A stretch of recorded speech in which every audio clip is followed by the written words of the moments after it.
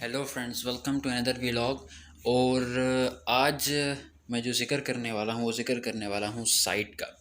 अब जब अपनी वीडियोस में या अपने व्लॉग में मैं आपको जब साइट का कहता हूँ तो साइट का मतलब है कि आपकी जो विंड पावर प्लांट है उसकी साइट।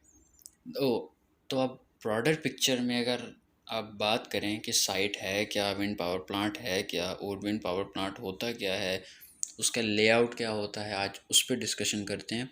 और इन सिंपल वर्ड्स में, ज़्यादा कॉम्प्लेक्स डिटेल में नहीं जाऊंगा, लेकिन इन सिंपल वर्ड्स में आपको बताता हूँ कि जब एक डिज़ाइनर बैठ के विंड पावर प्लांट को डिज़ाइन कर रहा होता है तो उसके सामने कंस्ट्रेंट क्या क्या होते हैं और वो किस किस तरीके से टरबाइंस को प्लेस कर रहा होता है और किस तरीके से उसकी एक छोटी सी मैं ड्राइंग भी शेयर करूँगा आपके साथ।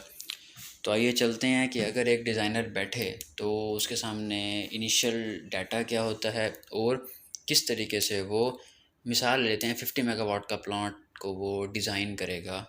बहुत कॉम्प्लेक्स चीज़ है बट इन सिंपल वर्ड्स में एक्सप्लेन करने की कोशिश करूँगा। So let's go to pen and paper. So this is layout of wind farm, extremely simplistic. ठीक है, बहुत ही सिंपल तरीके से मैं बताऊंगा और इसमें कोई कॉम्प्लेक्सिटी नहीं है। अगर एक डिज़ाइनर बैठता है अपने माइंड में तो वो साइट को जो लेके चलता है वो कहता है जी ये मेरी साइट है। साइट में क्या होगा कि अगर मेरा 50 मेगावाट का प्लांट है, सबसे पहले मैंने टरबाइन सेलेक्ट करनी है। कौन सी करूँगा? फॉर एग्जांपल मैं कहता हूँ कि मैंने 2 मेगावाट की टरबाइन सेलेक्ट कर ली और मैंने कर ली सीमेंस की कर ली या फिर मैंने कर ली जीई की या फिर मैंने कर ली गोल्ड विंड की, यानी किसी भी कंपनी की मैंने टरबाइन सेलेक्ट कर ली 2 विंड की। अब 2 मेगावाट की टरबाइन है तो 2 × 25, यानी कि मुझे 50 मेगावाट पूरे करने हैं, 25 टरबाइनें चाहिए मुझे। तो मेरे पास जो WTG की जो क्वांटिटी आ गई वो मेरे पास आ गई 25। ठीक है, अभी तक आप मेरे साथ हैं। तो अब मेरे पास होगा एक एरिया जो कि मुझे इस तरीके से कुछ बन रहा होगा, समथिंग लाइक दिस, कुछ ऐसा एरिया होगा। तो अब मैंने क्या करना है कि मेरे पास ये साइट है, इसमें मैं दो तरीके से इसको लेके चल सकता हूँ। मैं मॉडल नंबर 1 बना देता हूँ इसको कि मेरे पास 25 टरबाइनें हैं, तो मैं इसको एक पाथ इस तरीके का ये करके टेढ़ा मेढ़ा सा एक पाथ बना देता हूँ। ठीक है, ये पाथ एक नेचुरल रूट होगा जो उस लैंड का होगा। ये पीस ऑफ लैंड है एक, जिसके सम कोऑर्डिनेट्स होंगे। और मैं ऐसा कर लेता हूँ कि इधर रोड्स मेरे जैसे, अब कुछ यहाँ मेरे पास हिल्स होंगी जिसकी वजह से मैंने यहाँ टरबाइन प्लेस नहीं की, या मेरे पास एक चीज़ हो सकती है कि मैं सारी एक स्ट्रेट लाइन कंसिडर कर लूँ। अगर एक आइडियल एक केस में अगर मेरे पास स्ट्रेट ही एक रोड है तो फिर मैं क्या करूँगा कि मैं ये देखूँगा कि मेरे पास 25 टरबाइन है तो मैं कहाँ कहाँ लगाऊँ। 1 2 3 4 5 6 7 8, यानी कि इस तरीके से मैं यहाँ एक स्ट्रेट लाइन में टरबाइन लगाता जाऊँगा डिपेंडिंग ऑन माई कंस्ट्रेंट्स के ये टर्बिन रोड की इस साइड पे मैं लगा भी सकता हूँ कि नहीं लगा सकता। फॉर एग्जांपल मैं यहाँ टर्बिन लगाना चाह रहा हूँ। ठीक है, पता चला कि यहाँ तो खाई है एक, तो यहाँ नहीं लगा सकता। तो फिर मैं अपनी मॉडल में जाऊँगा और मैं मॉडल में जाके लोकेशन की बेस पे मैं डिसाइड करूँगा कि मैं यहाँ नहीं लगाता, यहाँ लगाता हूँ। फिर मैं इनके दरमियान डिस्टेंस डिसाइड करूँगा कि as per IEC standards distance कितने बनते हैं। एक मेरे पास ये है कि मैं एक ही लाइन में पूरी की पूरी 25 टरबाइनें लगा दूँ और 50 मेगावाट पूरा कर दूँ। दूसरा रूट मेरे पास क्या हो सकता है कि मेरे पास इसी साइट एरिया में मेरे पास दो लाइनें हैं, तो मैं ये करूँगा कि मैं 15 टरबाइनें यहाँ लगा दूँगा और बाकी की 10 यहाँ लगा दूँगा। 1 2 3 4, और जो बाकी जो 15 हैं वो मैं करीब करीब करके लगाऊँ, दूर दूर करके। अब मैंने कहाँ लगानी है, कैसे लगानी है, अब वो मेरे ऊपर है। ठीक है, अब मेरे ऊपर इस तरीके से है कि जो मेरा मॉडल, जो मैं वेस्प का जनरली हम यूज़ करते हैं, जो इसको सारा हम सिमुलेट कर रहे होते हैं कि मैं अगर टर्बिन इस पॉइंट से हटा के इस पॉइंट पे लगाऊं तो उसकी एनुअल जनरेशन कितनी होगी। वो एक बड़ा कॉम्प्लेक्स सा प्रोसेस है, लेकिन एक ब्रॉडर पिक्चर में जब बंदा बैठता है वो साइट को देख कर डिसाइड कर रहा होता है कहाँ लगाऊं, तो ये होता है। अब टर्बिन के साथ साथ मेरे 2 3 और कंपोनेंट होते हैं जो कि ज़रूरी होते हैं। एक होता है मेट मास्ट जो कि आपको विंड वगैरह बता रहा होता है। ठीक है, अब मैंने ये भी डिसाइड करना है कि मेट मास कहाँ लगाऊं। जनरली एक 50 मेगावाट के प्लांट पे 2 मेट मास हो सकते हैं। अगर आप पहले वाला मॉडल लें तो मैं एक मेट मास्क यहाँ लगा देता हूँ, इसको मैं M1 कह देता हूँ, और एक यहाँ लगा देता हूँ, यानी कि एक इस कोने पे एक उस कोने पे। अगर आप ये वाला मॉडल लें तो एक मैं यहाँ लगा देता हूँ, एक मैं यहाँ लगा देता हूँ। Again this is very generic approach, but होता यही है कि IEC स्टैंडर्ड देखते हुए, टर्बिन के कोरिस्पॉन्डिंग लोकेशन देखते हुए मैंने मेट मास्क पे लगाने हैं। उसके बाद मैंने लगाना है कम्युनिकेशन टावर।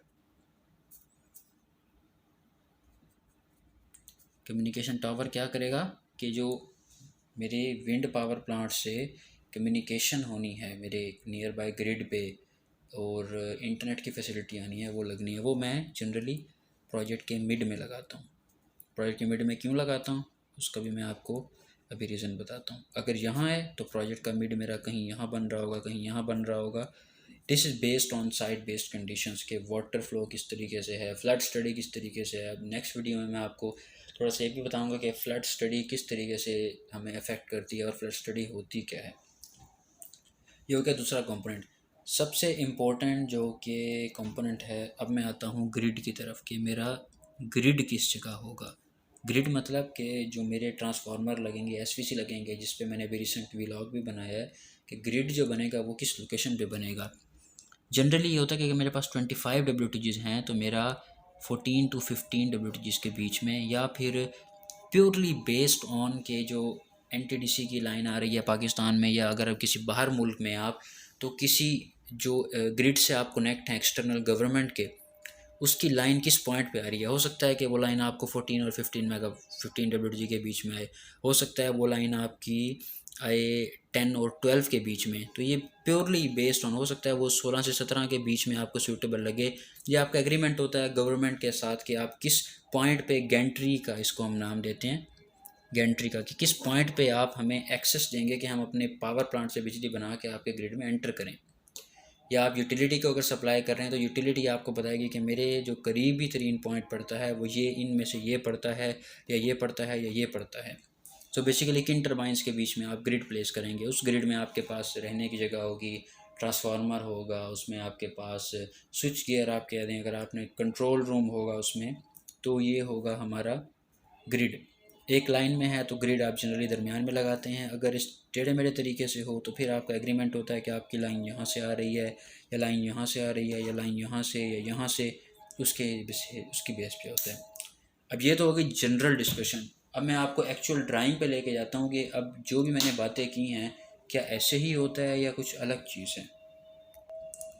अब ये देखें, ये एक ड्राइंग है जिसमें मेरे पास कुछ WTGs की लोकेशन है। ये जो 3 4 है ये लोकेशन है WTGs की। ये आपको जूम इन करके दिखाता हूँ। ये देखें, ये लोकेशन बताई हुई है उन्होंने कि ये 1 है, 2 है, 1 3 4 5 6 7, यानी कि ये सारी वो लोकेशंस हैं। ये 6 भी नज़र आ रहा है आपको, ठीक है।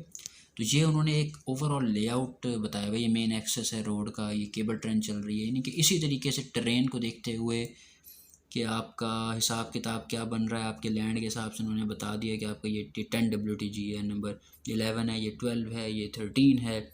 तो यही चीज़ in the broader picture designer कर रहा होता है, जो मैंने आपको रफ पेपर पे बताई कि मेरी ट्रेन किस हिसाब से है और उसके हिसाब से मेरी हिल कहाँ आ रही है। मैं 10 WTG नंबर यहाँ प्लेस कर सकता हूँ, राइट पे प्लेस करूँ, लेफ़्ट प्लेस करूँ, माउंटेन के ऊपर प्लेस करूँ, कहाँ प्लेस करूँ, फ्लड स्टडी मुझे क्या बताती है। तो ये वो एक क्लोजअप स्टडी है। अब इस स्टडी को मैं जूम आउट करके दिखाऊँ, लेकिन उसमें थोड़ा सा कॉन्फिडेंशियल डाटा आ जाता है कि हमारे प्रोजेक्ट की लोकेशन क्या है, जैसे ये मेन एक्सेस रोड की लोकेशन इस तरह, तो इसलिए मैं आपको जूम आउट करके नहीं दिखा रहा। But this is the general study. अब साइट कैम किस लोकेशन पे है, तो ये होता है। होपफुली ये इन्फॉर्मेशन आपके लिए एक अंडरस्टैंडिंग के लिए कि जब मैं साइट कहता हूँ तो साइट होती क्या है वीडियोस में, या टिपिकल एक wind power plant design broader perspective में कैसे होता है, और विंड पावर प्लांट का जो एक डिज़ाइनर बैठ के डिज़ाइन कर रहा होता है वो कैसे कर रहा होता है। वो एक लाइन में क्यों होती हैं टर्बाइंस, अगर होती हैं तो वो टेढ़ी मेढ़ी क्यों होते हैं, उनके दरमियान डिस्टेंस इतना क्यों होता है। ये सारी चीज़ें डिज़ाइन पर्सपेक्टिव में वो कैसे लेके चल रहा होता है। इन्फॉर्मेशन आपके लिए हेल्पफुल साबित होगी।